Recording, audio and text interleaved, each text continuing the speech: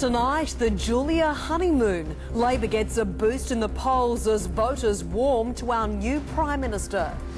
Final homecoming, the bodies of 3 Australian soldiers return from Afghanistan. And nudging the record books as we shiver through a night below zero.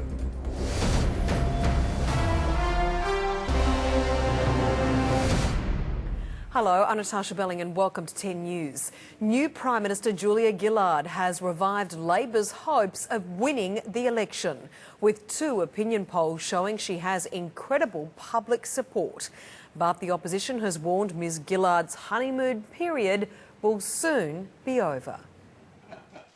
A wonderful start to the day for the new Prime Minister. How's your morning been, Prime Minister? Good, thank you. Just more work. According to opinion polls, the redhead is red hot. On her first 2 days as PM, a Nielsen poll shows Miss Gillard on 55% as preferred PM, up 6 on Kevin Rudd, crushing Tony Abbott by 21 points.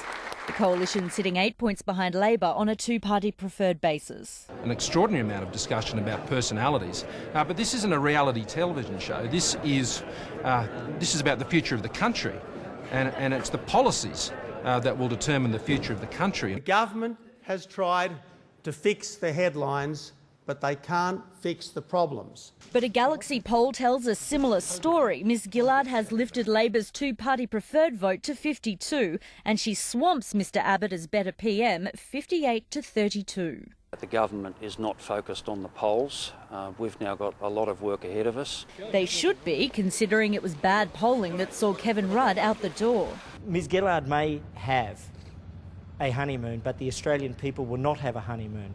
There's talk the new PM could cash in on this honeymoon period popularity and call an election as early as August. It did little to dampen the mood at the National Liberal Conference. Action man Abbott outlined his own 12-point action plan, starting with returning the budget to surplus in 3 years and dumping the mining tax. We know what a good government looks like.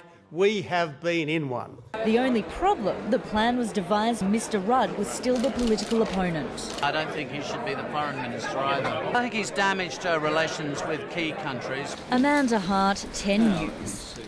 The bodies of 3 Australian soldiers killed in Afghanistan are finally back home.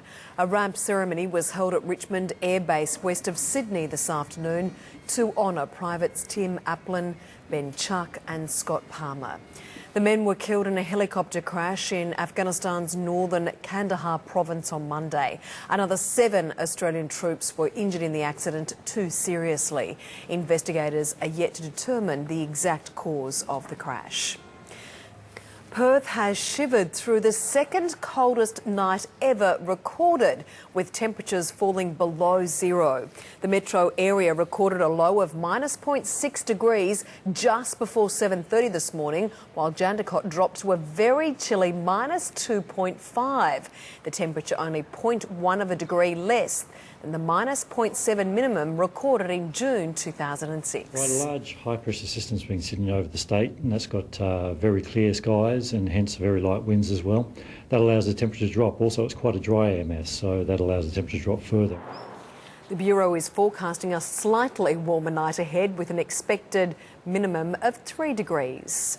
And hundreds braved the sub-zero temperatures overnight and this morning to be among the first to see Perth's new Apple store. After months of secretive construction, eager tech fans began lining up at 8 o'clock last night.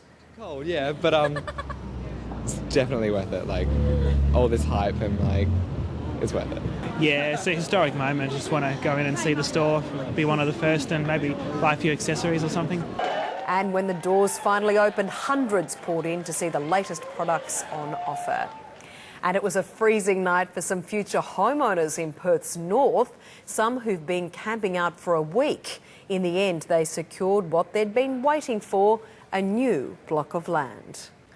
And while clear skies will bring another cool night this evening, they'll also prove very good for viewing a partial lunar eclipse. When the moon rises in a few minutes' time, the event will already be underway.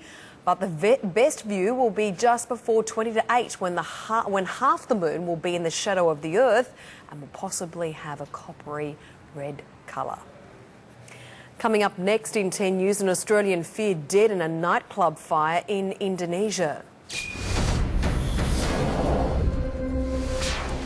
And Hollywood stars join fans of fantasy to celebrate pop culture.